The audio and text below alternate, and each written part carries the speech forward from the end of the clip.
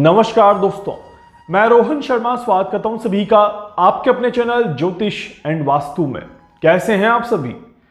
एक सवाल मेरे पास कई बार पूछा जा चुका है पिछले कुछ दिनों में कि क्या बैंकों में पैसा रखना सेफ है या नहीं है, क्या हमें बैंकों से पैसा निकाल देना चाहिए।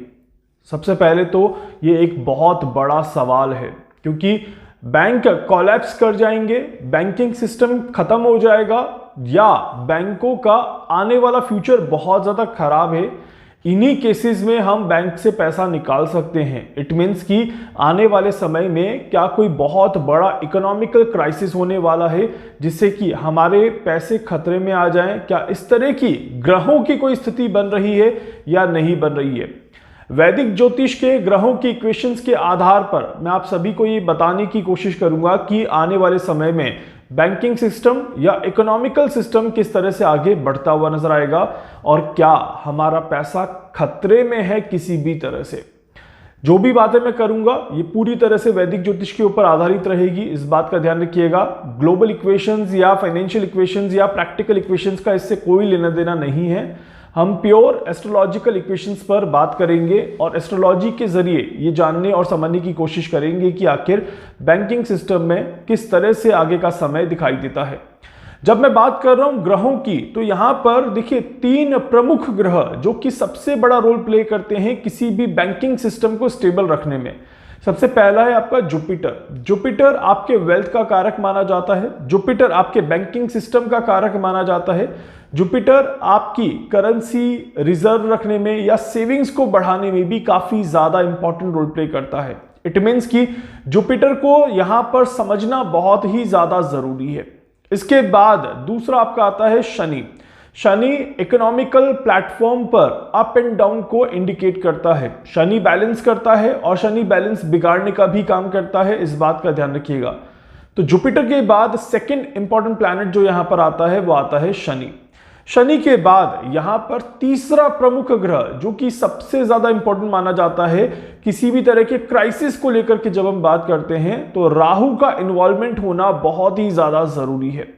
अगर राहु का इन्वॉल्वमेंट नहीं है तो किसी भी तरह का क्राइसिस पूरी तरह से स्टैंड कर पाना या किसी भी बैंकिंग सिस्टम का कोलैप्स हो जाना आसानी से नहीं कहा जा सकता कि इस तरह का होगा।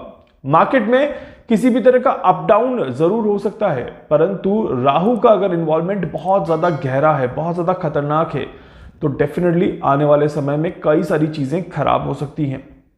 इसके अलावा आप किस इक्लिप्स के साथ जुड़े हुए हैं, किस तरह के संवत के साथ जुड़ रहे हैं, इसको भी यहां पर कैलकुलेट किया जाता है।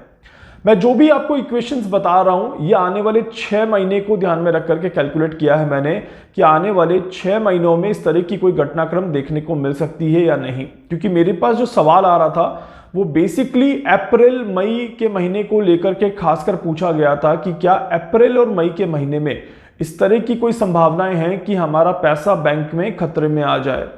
देखिए यहां पर शनिदेव को अगर हम आज की तारीख में देखें तो ये मीन राशि में ट्रांजिट कर रहे हैं। शनि का राहु से डायरेक्टली कोई संबंध नहीं बन रहा, ना ही शनि का देवगुरु बृहस्पति से डायरेक्टली कोई भी संबंध बन रहा है। इट मीन्स कि शनिदेव जो है जो कि मार्केट को स्टेबल और अनस्टेबल करने का काम करते हैं, ये किसी भी तरह के नेगेटिव प्लैनेट की इक्वेशंस को यहां पर लीड नहीं कर रहे। शनि का पाइसेस में रहना, मीन राशि में रहना मार्केट में एक अलग स्ट्रक्चर का निर्माण जरूर करता है, इसे डिनाई नहीं किया जा सकता। मतलब कि करेंसी में बदलाव या इकोनॉमिकल सिस्टम में बदलाव जरूर आपको देखने को मिलेंगे एंड ये बदलाव हो भी रहे हैं। हम डिजिटल करेंसी की तरफ जा रहे हैं, यूपीआई सिस्टम और ज्यादा एनहांस होता जा रहा है और ज्यादा एक्सपैंड होता जा रहा है। साथ ही साथ कहीं ना कहीं आप देखेंगे कि हमारे बैंकिंग सिस्टम में भी रूल्स एंड रेगुलेशन समय समय पर बदल रहे हैं और जो बैंकों की एप्स है इसमें भी कई ज्यादा आपको अपग्रेड देखने को मिल रहा है, बहुत ज्यादा फ्लेक्सिबिलिटी आज की तारीख में देखने को मिल रही है। तो धीरे धीरे बैंकिंग सिस्टम सुधार की तरफ जरूर आगे बढ़ रहा है।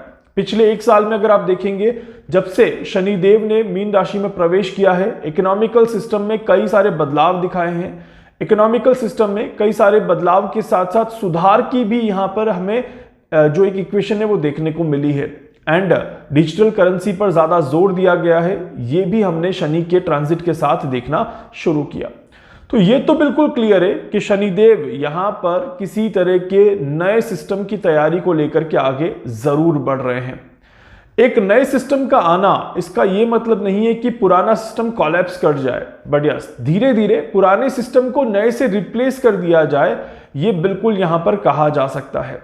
तो शनिदेव उस रिप्लेसमेंट की तरफ जब काम करते हैं तो बैंकिंग सेक्टर में स्ट्रेस जरूर डेवलप होता है, या फिर किसी भी तरह की आप फाइनेंशियल चेंजेस को जब देखते हैं, जैसे हमने एक 2015-16 के आसपास जब हमारा नोटबंदी का दौर चला था, तब भी कुछ इसी तरह के चेंजेस हमने देखे थे, जहां पर कैश जो था वो डिजिटल में कन्वर्ट हो रहा था, बैंकिंग सिस्टम में मर्ज हो रहा था और हमारे हाथ से कैश छूट रहा था। तो उस तरह की चीजें शनिदेव इंडिकेट जरूर करते हैं। जब राहु की यहां पर कैलकुलेशन करी जाए तो राहु जो है ये इन्फ्लुएंस का कारक है, आप सभी को पता है। राहु जो है फाइनेंशियल बबल क्रिएट करता है, फाइनेंशियल मार्केट में अनस्टेबिलिटी और क्राइसिस को क्रिएट करने का एक प्रमुख कारक माना जाता है। अभी जिस तरह से राहु का गोचर देखने को मिल रहा है, राहु कुंभ राशि में जैसे जैसे आगे बढ़ रहे हैं, दुनिया में ग्लोबल लेवल पे अगर देखा जाए तो इकोनॉमिकल सिस्टम बड़े तेजी से बदलता हुआ नजर आ रहा है। यहां पर करेंसी वॉर जरूर आपको देखने को मिल सकती है, किन्हीं दो करेंसीज के बीच में फाइट आपको जरूर देखने को मिल सकती है। रुपया और डॉलर के बीच में आपको अप एंड डाउन के मूवमेंट जरूर देखने को मिल सकते हैं, परंतु इसका बैंकिंग सिस्टम से किसी तरह का डायरेक्टली कोई लिंक नहीं बन रहा। मतलब कि बैंकिंग सिस्टम कोलैप्स हो जाए, ऐसा राहु की तरफ से भी हमें कोई इंडिकेशन यहां पर नहीं देखने को मिल रहे। राहु यहां पर क्रिप्टो करेंसी को जरूर अनस्टेबिलिटी की तरफ लेकर के जाता है, मतलब कि क्रिप्टो करेंसी में कुछ क्राइसिस आपको जरूर देखने को मिल सकते हैं, कुछ अप एंड डाउन यहां पर जरूर देखने को मिल सकते हैं, कुछ नए कॉइन आ जाएं, पुराने कॉइन एकदम से नीचे चले जाएं, तो इस तरह की चीजें आपको क्रिप्टो करेंसी के अंदर जरूर देखने को मिल सकती हैं। परंतु मार्केट अप एंड डाउन रहेगा, परंतु बैंक में किसी भी तरह का कोलैप्स में यहां पर नहीं देख रहा, इस बात का ध्यान रखिएगा। Third and the most important planet देवगुरु बृहस्पति की जब हम यहां पर बात करते हैं, देवगुरु बृहस्पति मिथुन राशि में गोचर कर रहे हैं और बहुत जल्दी मिथुन से कर्क राशि की तरफ, अपनी बहुत ही ज्यादा अच्छी राशि, उच्चतम राशि की तरफ आगे बढ़ते हुए नजर आएंगे। अब जब देवगुरु बृहस्पति कर्क राशि में आगे बढ़ रहे हैं तो देवगुरु बृहस्पति वेल्थ को स्टेबल रखने का काम करेंगे, वेल्थ को बनाने का और वेल्थ के नव निर्माण में एक और कदम आगे बढ़ाने का काम जरूर करते हुए नजर आएंगे। तो ये तो बिल्कुल क्लियर हो जाता है शनि और गुरु की इक्वेशन से कि कुछ नयापन आपको जरूर देखने को मिलेगा, किसी तरह के नए इक्वेशंस बैंकिंग सेक्टर में या मार्केट सेक्टर में आपको जरूर देखने को मिलेंगे, इस तरह की योग बनते हैं। परंतु यहां पर जिस तरह से देखा जाए, किसी भी तरह के बैंक के कोलैप्स होने की इक्वेशंस अभी भी नहीं दिखाई देती। हाँ, बैंकिंग नियम बदल सकते हैं, बैंकिंग में किसी तरह के पैसों के एक्सचेंज के इक्वेशंस बदल सकते हैं, इसको आप जरूर देख सकते हैं, या ब्याज दरों में किसी तरह की कोई चेंजेस आपको देखने को मिल सकती है देवगुरु बृहस्पति के राशि परिवर्तन के बाद। करेंसी का फ्लक्चुएशन यहां पर आपको देखने को मिल सकता है, मार्केट में करेक्शन आपको देखने को मिल सकता है, परंतु किसी भी तरह के ग्लोबल बैंकिंग कोलैप्स का किसी भी तरह का कोई भी इक्वेशन यहां पर नहीं दिखाई देता। तो वर्ल्ड में बैंकिंग सिस्टम खत्म हो जाए, बैंक कोलैप्स कर जाए, इस तरह के योग यहां पर नहीं बन रहे। आपको यह ध्यान रखना है कि छोटे छोटे बैंक जरूर बड़े बैंकों में मर्ज हो सकते हैं, छोटे छोटे बैंकों के साथ किसी तरह की कोई नेगेटिविटी देखने को मिल सकती है, जैसे कि कोई बड़ा घोटाला पैसों को लेकर के बाहर निकल के आ जाए। ये इंडिया में भी हो सकता है, ये इंडिया के बाहर भी हो सकता है, और ऐसा पहले भी हो चुका है। This is not the first time कि ये कुछ हो रहा है। कुछ ही दिनों पहले की बात है, यस बैंक का इक्वेशन आप सभी को याद होगा, जहां पर इस तरह की ही कोई चीजें हमें देखने को मिली थी। पर इसका यह मतलब नहीं है कि यस बैंक में जितने लोगों के खाते थे वो सब डूब गए या उन लोगों को पैसों को लेकर के कोई भी परेशानी देखने को मिली। तो इसीलिए आने वाले 2 महीने में या आने वाले 6 महीने में बैंकिंग सिस्टम को लेकर के मैं नहीं कहूंगा कि आप सभी को किसी भी तरह से परेशान होने की जरूरत है।